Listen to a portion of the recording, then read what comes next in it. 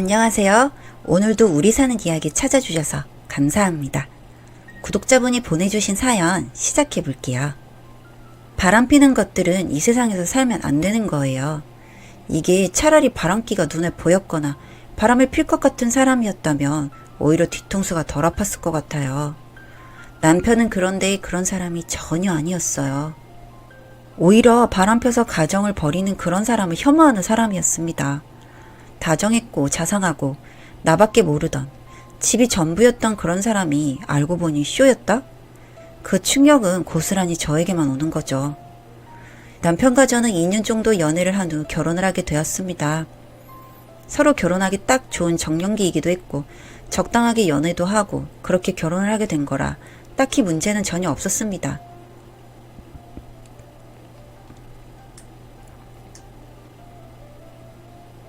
워낙 저밖에 모르는 사람이라서 퇴근하고 집에 오기 바쁘던 사람. 그렇기 때문에 저는 이 사람이 바람을 필 거라곤 상상도 못했습니다. 출퇴근 시간도 알고 있고 퇴근하면 바로 집에 오고 주말에 나가지도 않고 그 사람의 모든 시간은 저로 인해 돌아가고 있었으니 말이죠. 남편과 제가 알콩달콩 잘 지내니 시부모님들도 너무 좋아하셨어요. 저희 집을 딱 중간으로 시댁 친정이 가까운 곳에 위치해서 생각보다 자주자주 왕래를 했고 주말엔 거의 같이 저녁을 먹으러 저희가 주마다 찾아갔던 것 같아요. 그러다 보니 시댁과도 친숙한 사이로 유지할 수 있게 되었고 꽤 좋았습니다. 저희 시댁은 나름대로 조금 철저한 그런 집안이었거든요. 조신한 며느리 그리고 품격 있는 말투와 행동을 사용하기를 항상 원하셨어요. 그런데 불행 중 다행인 거는 제가 원래 성격 자체가 상당히 조용하고 그런 편이라서 문제가 되진 않았습니다. 나름대로 크게 트러블 없이 시댁의 요구사항을 지킬 수 있었죠. 항상 마사지부터 피부관리 등등 저와 함께 가시길 원하셨고 그렇게 재벌도 아닌데 재벌 사모님처럼 행세하는 시어머님이 솔직히 부끄러웠어요. 다들 수근거리는 것도 보이고 저 역시도 저런 사람을 보면 수근거릴 게 뻔하니 참 그랬네요. 아무튼 그래도 뭐 나름 시댁의 요구사항을 잘 받아주다 보니까 특별히 다툼은 없어서 그렇게 시집살이라고 딱히 생각도 하지 않고 살았습니다. 그런데 시어머님이랑 샵을 다녀오는 길에 백화점 좀 들리고 싶다고 하셔서 그냥 흔히 또 사치 부리는구나 싶어서 알겠다고 하고 같이 백화점을 갔는데요. 거기서 지금 근무 중이어야 될 남편을 발견했죠. 맞은편에서 걸어오는 남편을 제일 먼저 발견하고 너무 놀라서 부르지도 못하고 쳐다보고 있는데 그 옆에 팔짱을 끼면서 하하호호 하는 여자.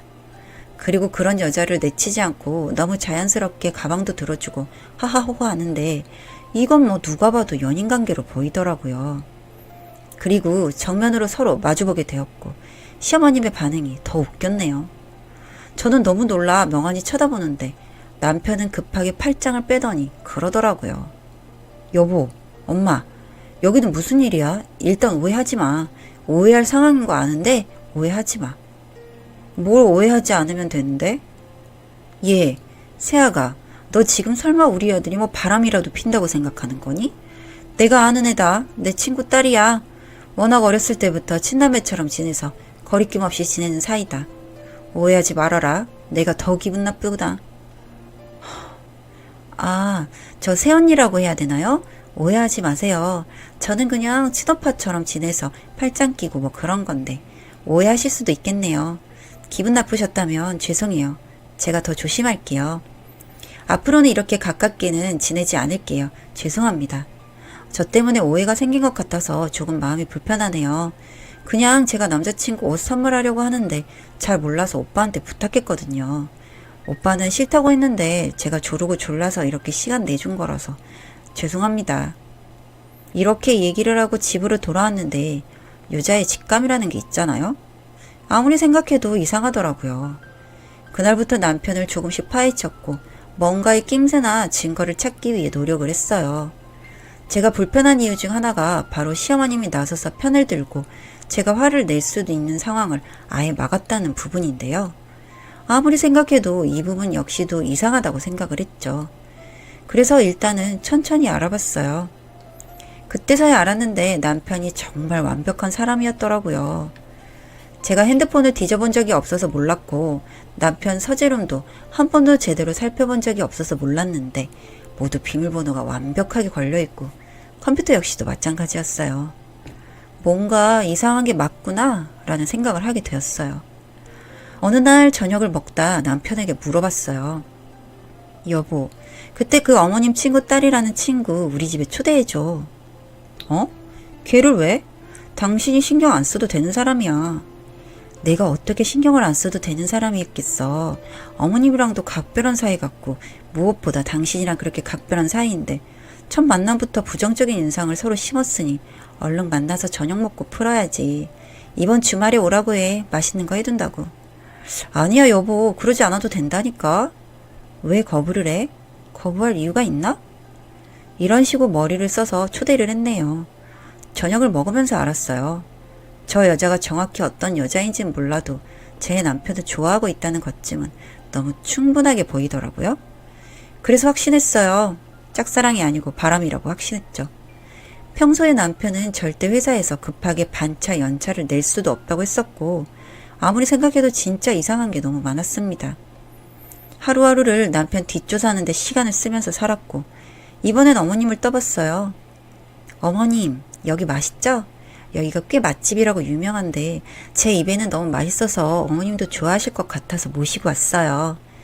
그래, 세아가 고풍스럽고 너무 좋다. 음식도 맛있고 분위기도 고급지고 내가 딱 좋아하는 곳이네. 우리 세아가가 센스가 있네. 아니에요. 어머니 그런데 땡땡씨 저번 주말에 저희 집에서 같이 저녁했어요. 뭐? 걔를 왜 거기에 초대를 하니? 왜 이렇게 놀라세요 어머님. 친남매 같은 사이인데 그럼 저도 친해지고 챙겨줘야죠. 저번 만남 때 오해한 것도 있고 미안하기도 하고 겸사겸사 초대했죠. 걔가 거길 왔니? 참나. 왜 그러세요? 맛있게 저녁 먹고 갔어요. 시간 늦어서 자고 가라니까 그건 괜찮다고 하더라고요. 나 급한 일이 있어서 얼른 먹고 가야 되는데 깜빡했구나. 일단 너무 잘 먹었고 내가 연락하마. 미안하다. 누가 봐도 너무 당황스러워하던 시어머님. 그리고 너무 이상했죠. 시간이 조금 더 흘러 알게 된 사실인데요. 바람난 여자 맞고 시어머님도 알고 계시더라고요. 그 상간녀를 말이에요. 애초에 저보다 먼저 만난 사람이고 결혼 만내를 심하게 하셔서 저랑 결국 결혼을 한 거라는 남편의 말. 그치만 저를 사랑했다는 남편의 말은 너무 큰 충격이었고 기분 역시도 너무 나빴어요. 남편에게서 정말 큰 배신감을 느꼈다는 말이 맞을 것 같아요. 전 그 이후로부터 어떻게 해야 할지 고민을 했는데 이대로 놔주면 제가 너무 비참하고 제가 무너지는 것 같아서 그게 너무 싫어서 그 모든 사람들을 고통스럽게 하고 싶었어요. 제가 느낀 이런 감정들을 모조리 돌려주고 싶었죠. 그래서 한 명씩 괴롭혔습니다. 일단 어머님. 어머님은 진짜 제가 얼마나 이것저것 함께 하려고 노력을 했는지 본인이 더 잘 알 텐데 배신감은 감히 말로 표현을 할 수가 없을 정도더라고요. 어머님은 보여주는 게 정말 중요한 분이셨죠. 그래서 어머님과 함께 다니던 모임, 모든 샵 등등 소문낼 수 있는 곳은 모두 냈어요. 내용은 즉 이렇습니다. 본인 아들이 와이프를 두고 바람을 피우고 있었는데 그걸 알면서도 며느리를 속였다. 그리고 현재 며느리랑 1년 안에 이혼하게 되면 그 여자를 받아주겠다는 조건을 걸었다. 이 내용을 모두 뿌렸고 효과는 너무 빨랐어요. 당장 아니라고 다시 말하라는 시어머님 연락을 모두 차단했고 더 소문낼 곳을 찾고 있으니 더 기대하라고 해줬습니다. 그리고 그 상간녀 쇼핑몰 대표더라고요. 참, 이미지로 먹고 사는 사람이 어쩜 그런 짓을 했을까 싶었지만 너무 쉬웠어요. 이 상간녀를 괴롭히는 건 말이죠. SNS들을 통하여 소문을 미친 듯이 내줬고 결국 망하다 쇼핑몰이 없어졌습니다. 왜 자기한테 그러냐고, 자기가 무슨 잘못을 했냐고 하는 거 역시도 캡처해서 퍼다 날랐네요. 생각보다 빠른 우리나라의 소문에 통쾌하고 너무 좋았습니다. 그리고 마지막 남편은 1년 안에 이혼하면이란 조건이 걸렸고 얘랑 이혼해주면 둘이 결혼을 할 거고 그러면 결국 이 소문들도 모두 잠잠해질 듯 싶어서 당분간은 영원히 불륜으로 남게 해주고 싶었죠. 그래서 이혼을 해주지 않았고 그대로 살고 있습니다. 저에게 놔달라고 빌기도 했고 잘못했다고 빌기도 하고 그 여자를 버리고 저에게 오겠다고 제발 받아달라고 하고 아주 난리를 치는데 전 지금 이대로가 제가 원하는 금액을 모을 때까지 절대 놔주지 않을 생각입니다. 지금도 하루하루 그 사람들은 고통 속에 살고 있어요. 이렇게 괴롭히면 제 스스로가 힘들 줄 알았는데 웬일인지 즐겁더라고요. 그런 하루하루를 즐기면서 살고 있습니다. 믿었던 사람에게 배신당한다는 기분 당해보지 않으면 정말 그 어떤 말로도 감히 표현이 되지 않습니다. 혹시라도 저와 같은 상황에 있으시다면 무조건 최악의 상황으로 만들어 보세요. 고통스러워하는 모습이 꽤나 보기 좋습니다.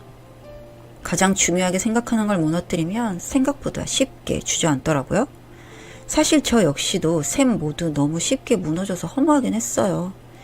요즘은 제 자신의 행복, 그리고 제 자신을 가장 제일 먼저로 우선으로 생각하면서 살고 있습니다. 사연은 여기까지였고요. 우리 사는 이야기 시청해주셔서 감사합니다.